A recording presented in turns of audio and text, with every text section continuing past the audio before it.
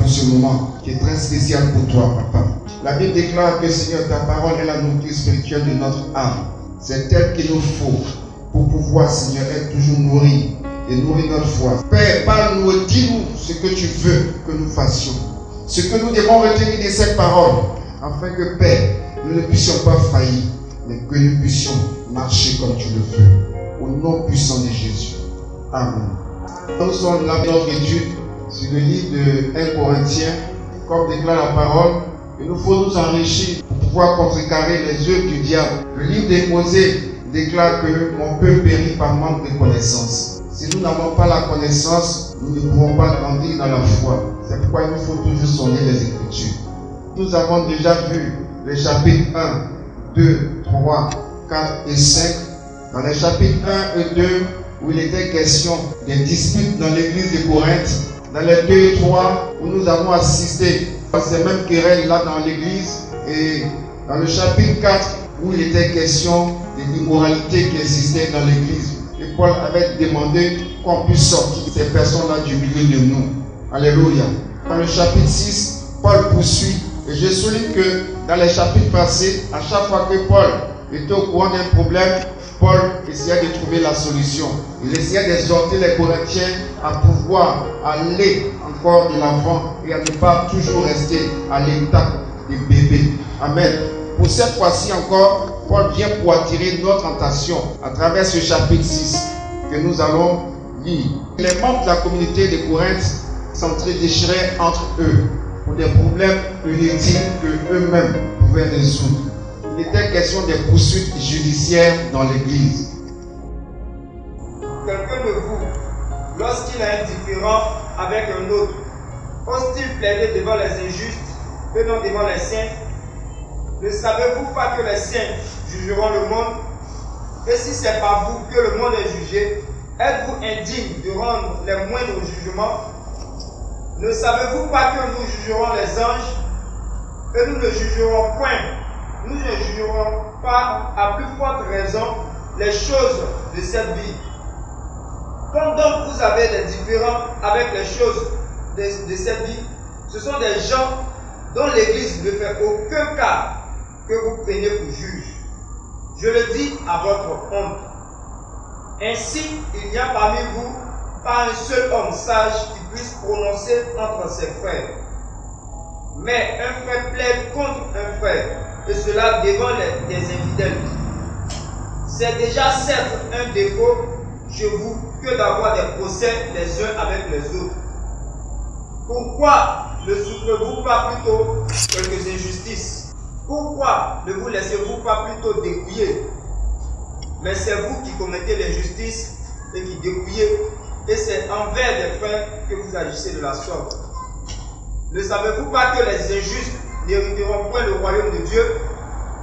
Ne vous y trompez pas, ni les impudiques, ni les idolâtres, ni les adultères, ni les efféminés, ni les infâmes, ni les voleurs, ni les cupides, ni les ivrognes, ni les outrageux, ni les ravisseurs n'hériteront le royaume de Dieu. Verset 11. Et c'est là ce que vous étiez, quelques-uns de vous.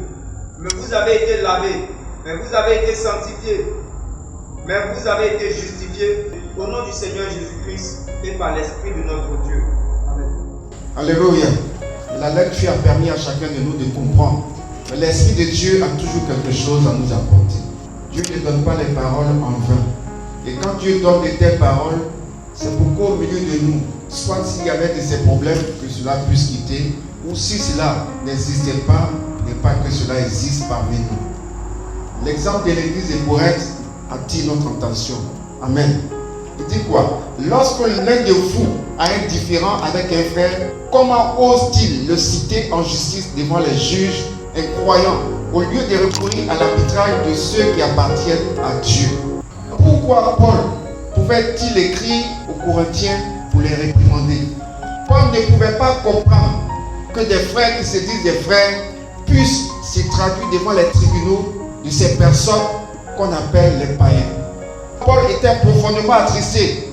Nous ne savons pas, puisque la Bible ne mentionne pas réellement quel était le problème, mais on peut s'imaginer que certes, ça pouvait être des litiges peut-être de quelqu'un qui devait à son frère, ou bien des problèmes de terrain, je ne sais quel autre problème qui pouvait exister. Jésus a dit dans Matthieu 7,12, faites pour les autres tout ce que vous voudriez qu'ils fassent pour vous, car c'est là tout l'enseignement de la loi et des prophètes. Si chaque membre de l'Église obéissait à cette exhortation, ce serait un paradis dans l'Église. Le mécontentement de l'apôtre Paul s'est traduit dans le fait que dans l'Église de Corinthe, ce sont les croyants eux-mêmes. C'est vraiment choquant parce que j'ai des différends, soit avec un frère, je ne cherche pas à croiser une personne âgée de l'Église pour qu'on règle ça, je me déporte totalement à la justice. Cette façon de faire montre si j'ai réellement connu le Seigneur ou pas. Et si c'était Jésus alors, qu'est-ce qu'il allait dire? Pour tout ce que nous avons commis comme erreur, la Bible déclare qu'il a eu compassion. Il a eu compassion. Il allait jusqu'à la croix pour donner sa vie, afin que nous soyons sauvés. Pourquoi est-ce que cet amour-là, si on se dit chrétien, ne nous anime pas pour aller devant la justice?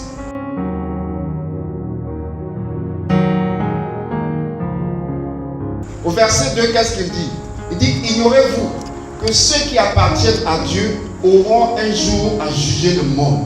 Si donc vous êtes destinés à être les juges du monde, serez-vous incapables de vous prononcer sur des questions bien moins importantes? Ne savez-vous pas que nous jugerons les mêmes anges et nous serons incompétents pour les affaires de la vie présente? Je comprends par là que nous avons un pouvoir que nous minimisons. Parce que quand tu as Jésus, tu es doté de toute la sagesse, qui a toute l'intelligence, qui est un juge. La Bible contient la sagesse de Dieu. Vous voyez combien de fois nous-mêmes, nous sommes ignorants de ce que nous avons comme quelque chose de valeur. Pourquoi est-ce que quand il y a un problème, on ne peut pas arranger ça entre nous? Pourquoi nous, on ne peut pas s'asseoir pour trouver une issue favorable et on se déporte à la justice devant ceux-là qui n'ont pas cette loi que nous avons? Même s'ils ont la loi pour juger selon les règles établies de ce monde, mais ils n'ont pas cette loi du fait que ce que nous avons comme loi est spirituelle. C'est spirituellement que nous jugeons. Tu vas pouvoir avoir raison, mais le fait que dans ce monde où ces juges-là sont établis selon le monde, tu n'as rien, tu as raison, mais tu n'as pas raison. Tu n'as pas raison.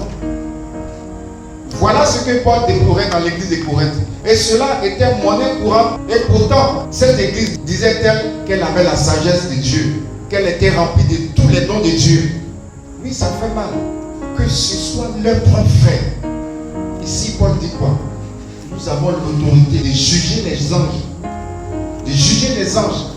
Si tu as accepté Jésus, puisqu'il dit, celui qui m'a accepté, moi et lui, désormais devient une seule personne. Si tu as accepté Jésus, alors que Jésus est le juge de ce monde, toi, comment te considères-tu?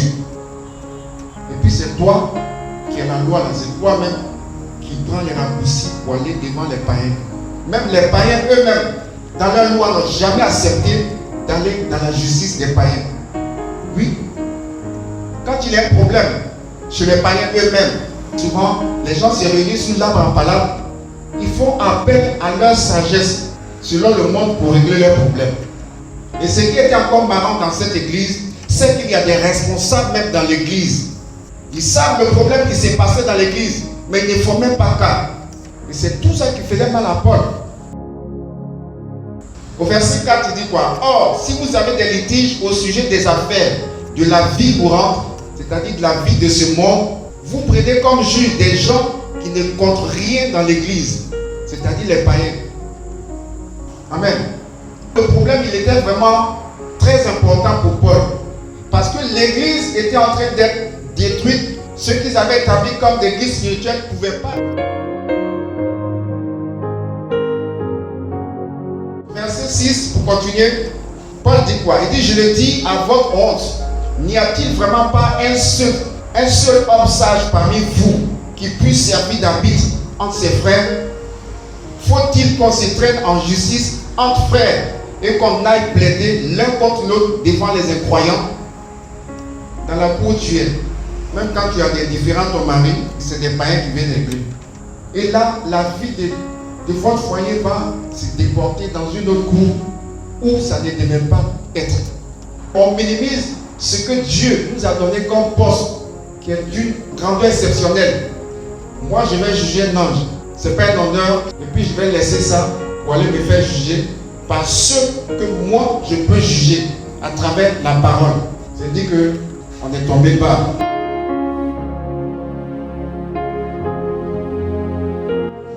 Au verset 7 et 8, il dit de toute façon, vos différends constituent déjà une défaite. Vos différends constituent déjà une défaite. Pourquoi ne souffrez-vous pas plutôt l'injustice? Pourquoi ne constituez-vous pas plutôt à vous laisser dépouiller?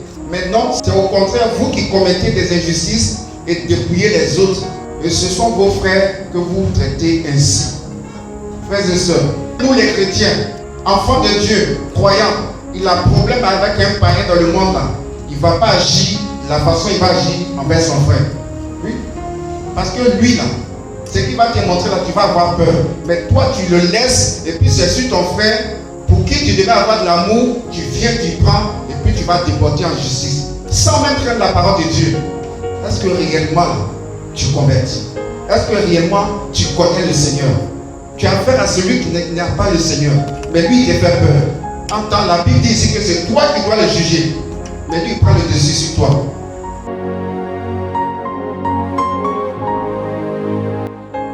Au verset 9 et 10, il dit: ne savez-vous pas que ceux qui pratiquent l'injustice n'auront aucune part au royaume de Dieu? Ne vous y trompez pas. Il n'y aura point de part dans l'héritage de ce royaume pour les débauchés, les idolâtres, les adultères, les pervers ou les homosexuels, ni pour les voleurs, les avares, pas plus que pour les ivrognes, les calomniateurs ou les malhonnêtes.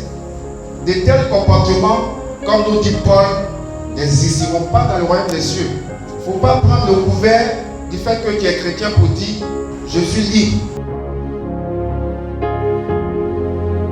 Pourquoi ces chrétiens de Corinthe agissaient de la sorte? Parce qu'ils croyaient que le fait qu'ils soient sauvés, ça leur donnait la liberté de faire tout ce qu'ils veulent. Une mauvaise compréhension de la parole de Dieu. Certes, le Seigneur t'a sauvé parce que tu l'as connu. Mais il ne te demande pas d'agir ainsi. Il condamne les actes qui vont contre sa parole pour laquelle il t'a appelé. Qui vont contre sa parole pour laquelle il t'a sauvé. Alors, Paul attirait le comportement de ces Corinthiens. Parce que lui, Paul, était certes revenu sur ce problème à plusieurs reprises. Alors cette fois-là, il n'était pas tendre avec eux.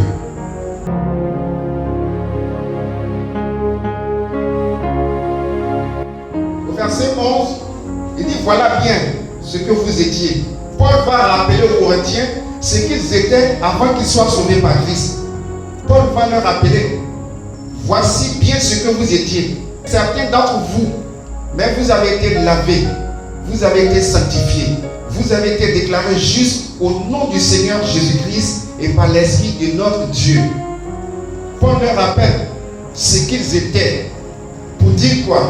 Si cette nature dans laquelle vous étiez, et puis Christ est venu vous tirer de là, n'a pas changé, c'est qu'il y a problème. Par conséquent, vous demeurez toujours dans la même chose. Donc, rien n'a changé.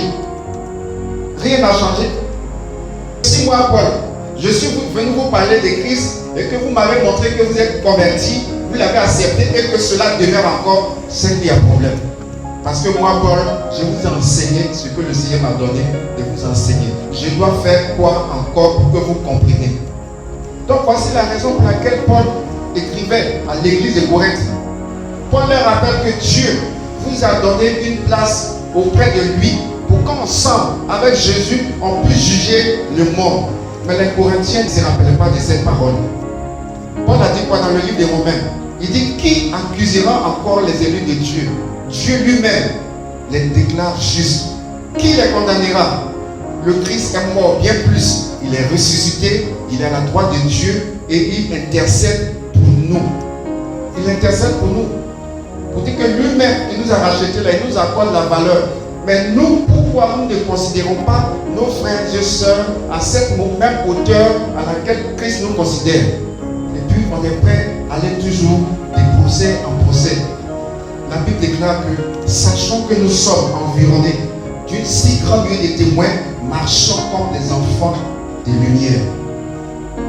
Marchons comme des enfants de lumière. Les gens du monde, même s'ils n'ont pas encore accepté le Seigneur, mais ils nous regardent. Il nous regarde, il nous juge. Il veut prendre ce qui est bon de nous, mais il n'arrive pas parce que nous-mêmes, on est pire que eux. Comme le disait Paul, c'est une honte pour nous. C'est une honte pour nous.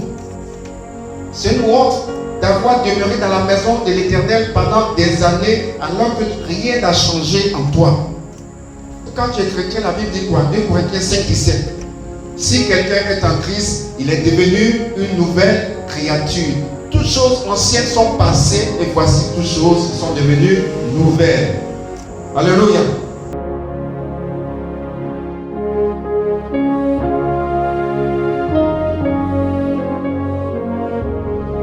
Alors Paul nous interpelle afin que ce qui était dans l'église de Corinthe ne soit pas dans nos églises. Bien vrai qu'il s'adressait à l'église de Corinthe, mais c'est en nous aussi que Paul parle. Pendant qu'il est encore temps, je demande, par les compassions du Christ, si cela n'est pas encore au milieu de nous, frères et sœurs, faisons l'effort pour que cela rentre au milieu de nous. Et si cela est déjà là, si tu as des problèmes, des différends à ton frère, la Bible dit quoi? Laisse ton offrande là, va te réconcilier avec lui et viens, demande pardon à l'Éternel pour que Dieu puisse accepter ton offrande. Alléluia.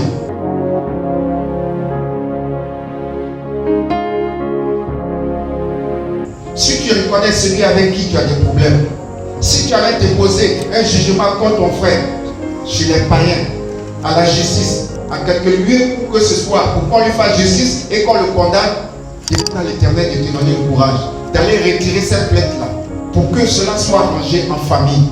Même si au temps des Corinthiens, il n'y avait pas de sages, aujourd'hui dans nos églises, le Saint-Esprit est là. Il y a encore quand même des sages. Il y a des personnes que le Seigneur a touchées qui sont sages et capables de pouvoir régler des problèmes. Il n'est pas que ça arrive chez les païens et que entre nous, cette discussion-là continue.